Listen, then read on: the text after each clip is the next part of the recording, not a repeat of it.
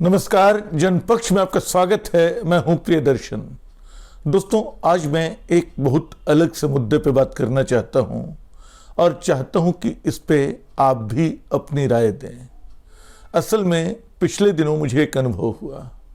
मैं अपने जिस पेट्रोल पंप पे पेट्रोल भराता हूं, वहां अचानक एक नया लड़का पेट्रोल भरता हुआ मिला। वो बोल और सुन नहीं सकता था, यानी जिसको डीफ एंड डम हम बोलते हैं, मूक बधिर कहते हैं, वो मूक बधिर था। तो उससे बातचीत करते हुए मुझे बड़ी मुश्किल पेश आई। मैंने देखा कि उसने मुझसे इशारों में पूछा कि कितना पेट्रोल चाहिए। पहले तो मैं समझा नहीं, फिर मेरी समझ में आया कि उसको वो सुन नहीं सकता है, तो मैंने इशारा किया। उसने फिर पुष्टि की। फिर उसके बाद उसने पूछा कि किस तरह आप पेमेंट करेंगे, कैश से, कार्ड से या यूपीआई से। फिर मेरी समझ में नहीं आ रहा था। उसने किसी और की मदद ली। तो हालांकि 5 मिनट में सब वो ठीक से निपट गया, लेकिन बहुत देर तक मैं सोचता रहा कि बहुत अच्छी बात है कि इन लोगों को काम पे रखा जा रहा है। और कई जगहों पे, कई रेस्टोरेंट्स में मैंने देखा है, खासतौर पे केएफसी और दूसरी जगहों पे, जहाँ ये लोग काम पे रखे जा रहे हैं। ये लोग शब्द भी बड़ा अजीब सा है। ये लोग कौन लोग हैं? ये हमारे जैसे लोग ही हैं। बस ये सुन नहीं सकते, ये बोल नहीं सकते। जैसे हम भी काफ़ी कुछ कर नहीं सकते जिनका हमको सीधा एहसास नहीं होता। जबकि विज्ञान ये बताता है कि जो लोग ऐसी किसी एक क्षमता से वंचित होते हैं, वो कई दूसरी क्षमताओं से लैस होते हैं। लेकिन हम इन लोगों के प्रति, ऐसे लोगों के प्रति जो किसी एक क्षमता से वंचित हों, उनको बिल्कुल दोयम दर्जे का आदमी मान लेते हैं। उनकी मदद भी करते हैं तो इस तरह की चलो दया कर दें। हम ये नहीं जानना चाहते हैं कि वो बिल्कुल हमारी ही तरह के लोग हैं और उनको हमारी ही तरह के सारे हक हासिल हैं, उनको हमारी ही तरह नौकरियां मिलनी चाहिए। तो अच्छी बात तो मुझे लगी कि उस पेट्रोल पंप पे एक लड़का पेट्रोल भर रहा था और धीरे धीरे वो इस बात को समझ रहा था कि अपने ग्राहकों से किस तरह संवाद करे। हो सकता है कि दूसरी की जगहों पे भी ऐसे लोग हों। एक ख्याल इसी बीच मुझे आया, क्या हमारी पढ़ाई लिखाई में, जिसको साइन लैंग्वेज कहते हैं, साइन लैंग्वेज नहीं शामिल होनी चाहिए? हम इतिहास पढ़ते हैं, भूगोल पढ़ते हैं, विज्ञान पढ़ते हैं, सफलता के बहुत सारे सूत्र पढ़ते हैं, साहित्य पढ़ते हैं, मनोविज्ञान पढ़ते हैं, भाषाएं भी तरह तरह की पढ़ते हैं, अंग्रेजी, हिंदी, स्थानीय भाषाएं और फ्रेंच और जर्मन और इटालियन और रशियन, चाइनीज सब पढ़ते हैं। क्या उसमें एक विकल्प के रूप में हमारे स्कूलों में साइन लैंग्वेज को प्राथमिक उस पर नहीं रखा जा सकता है? अगर हिंदी अपरिहार्य हो सकती है, अनिवार्य भाषा हो सकती है, तो साइन लैंग्वेज क्यों नहीं हो सकती है? साइन लैंग्वेज यानी वो भाषा, प्रतीकों और इशारों की वो भाषा जो मूक बधिर जिसमें बात कर सकते हैं, जो वो समझ सकते हैं। अगर ये साइन लैंग्वेज, अब तक हम मानते हैं उनकी भाषा है, उनकी, यानी जो बोल और सुन नहीं सकते वो इशारों में अपनी बात कर लें, लेकिन वो किससे बात करेंगे? वो सिर्फ अपनी ही तरह के लोगों से, अपनी तरह के लोगों का, फिर मुझे मुहावरा इस्तेमाल करना पड़ रहा है, अपनी तरह के लोगों से ही बात कर पाएंगे। जबकि ज़रूरत एक बड़ी दुनिया से संवाद करने की है और एक बड़ी दुनिया को भी उनसे संवाद करने की है। तो ये साइन लैंग्वेज सिर्फ उनके काम नहीं आएगी, वो हमारे काम भी आएगी। आज जब हम उस साइन लैंग्वेज को सीखेंगे तो शायद इन लोगों को और बेहतर ढंग से समझ पाएंगे।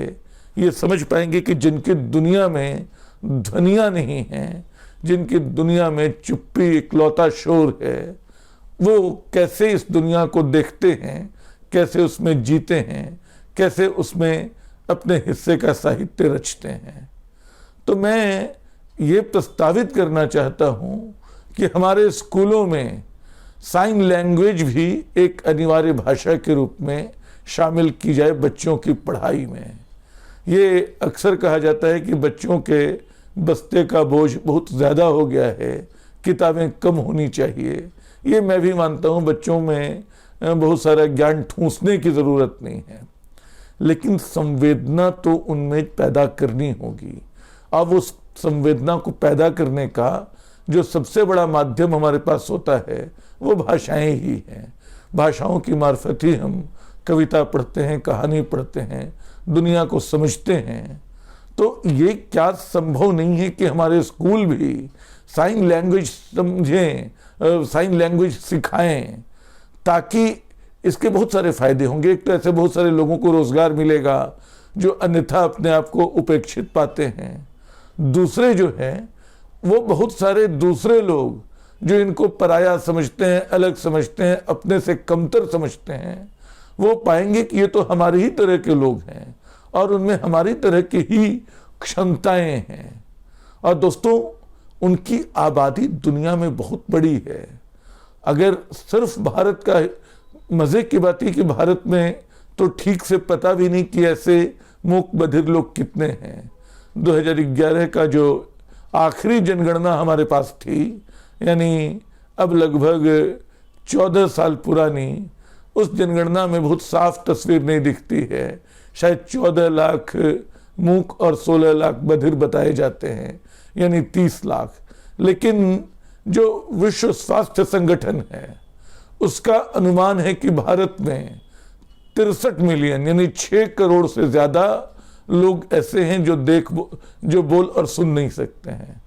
हो सकता है इसमें थोड़ी अतिशयोक्ति इस मायने में हो कि WHO विश्व स्वास्थ्य संगठन अपने आंकड़ों में उन लोगों को भी शामिल कर लेता हो जो शायद सहज ढंग से नहीं बोल पाते हैं, हकलाते हों, या जिनको सुनने में थोड़ी मुश्किल होती हो, जो ऊंचा सुनते हों।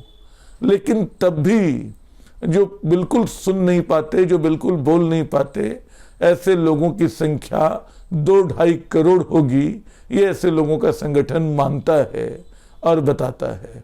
दुनिया में ये आबादी बहुत बड़ी होगी, मतलब अनुमान तो 1 बिलियन तक का लगाया जाता है। लेकिन मैं इस अनुमान के साथ नहीं हूं क्योंकि मेरे पास कोई आधिकारिक आंकड़ा नहीं है। लेकिन मैं खोज रहा था कि हम इन मूक बधिर लोगों की दुनिया से कितना संवाद कर पाते हैं। मैंने वो फिल्में, वो किताबें याद करने की कोशिश की जहां ये एक किरदार के रूप में आते हों, जहां इनकी दुनिया दिखाई पड़ती हो। मैं शायद ये मेरे अध्ययन की सीमा हो कि मुझे नेत्रहीनों पे तो किताबें मिली, उनका साहित्य मिला, विकलांग लोगों पे भी किताबें, कहानियां याद आईं, कोट जी का उपन्यास स्लो मैन याद आया और भी चीज़ें याद आईं। लेकिन मूक बधिर लोगों पे लिखी कहानियां या तो आदर्शवादी किस्म की कहानियां मिलती हैं जिनमें पता चलता है कि हमें ऐसे लोगों के प्रति दया दिखानी चाहिए, जिन कहानियों का कायदे से विरोध होना चाहिए, या फिर कुछ मिलता नहीं है या इनके लिए कुछ मदद जैसी चीज़ होनी चाहिए, ऐसा कुछ मिलता है। ठोस साहित्य जो इनके जीवन को ठीक से समझे, इनके बारे में बताए नहीं मिलता है। फिल्में ज़रूर मुझे याद आई हिंदी की कुछ, जिनमें जैसे मुझे बर्फी का ख्याल आया। बर्फी एक कारोबारी फिल्म थी, लेकिन वो फिर भी उसका हीरो एक मूक बधिर है जो अमूमन हिंदी सिनेमा में नहीं होता है। हिंदी सिनेमा के नायक को तो बोलना, चीखना, चिल्लाना, मारना, पीटना सब कुछ आना चाहिए, गीत गाना भी आना चाहिए। लेकिन बर्फी का नायक ये सब नहीं कर पाता है, फिर भी वो अपने हिस्से की सारी लड़ाइयाँ जीतता रहता है। दूसरी फिल्म मुझे इकबाल याद आई। इकबाल में एक युवा क्रिकेटर है जो बड़ा बनना चाहता है, कैसे अपना संघर्ष करके वो एक मोड़ तक पहुंचता है। नेत्रहीनों की दुनिया पे बनी फिल्में हैं, स्पर्श का ख्याल आया, ब्लैक का ख्याल आया। बल्कि इसके उलट मैंने पाया कि कई फिल्मों में ऐसे मूक बधिर या नेत्रहीन या जिनका पाँव खराब हो, ऐसे लोगों को बुरे बदमाश किरदारों की तरह दिखाया गया। जैसे वो मारपीट में बहुत तेज होते हों, वो किसी को छल सकते हों, वो तरह तरह के धोखे करते हैं। तो ये एक तरह का जो नकारात्मक किस्म का उनका चित्रण है, वो यहीं से आता है कि हम उनके प्रति बिल्कुल संवेदनहीन नहीं हैं और ये संवेदनहीनता शायद हमारी जड़ों में बहुत गहरी रही है। तो मैं आज ये वीडियो सिर्फ इस प्रस्ताव के साथ बना रहा हूँ कि ऐसे मूक बधिर लोगों की दुनिया जो है उसको हम अपनी दुनिया माने, जिसको विकलांग कहते हैं, उनकी खूबियों को, उनकी दूसरी क्षमताओं को पहचानें, उनका सम्मान करें और उनको किसी बाहरी दुनिया का नहीं, किसी पराई दुनिया का नहीं, अपनी दुनिया का नागरिक माने। तब शायद हम उनसे बेहतर और अपने आप से भी बेहतर संवाद कर पाएंगे।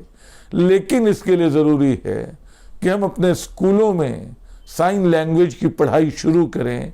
सारे बच्चों के लिए साइन लैंग्वेज सीखना अनिवार्य हो। शुक्रिया।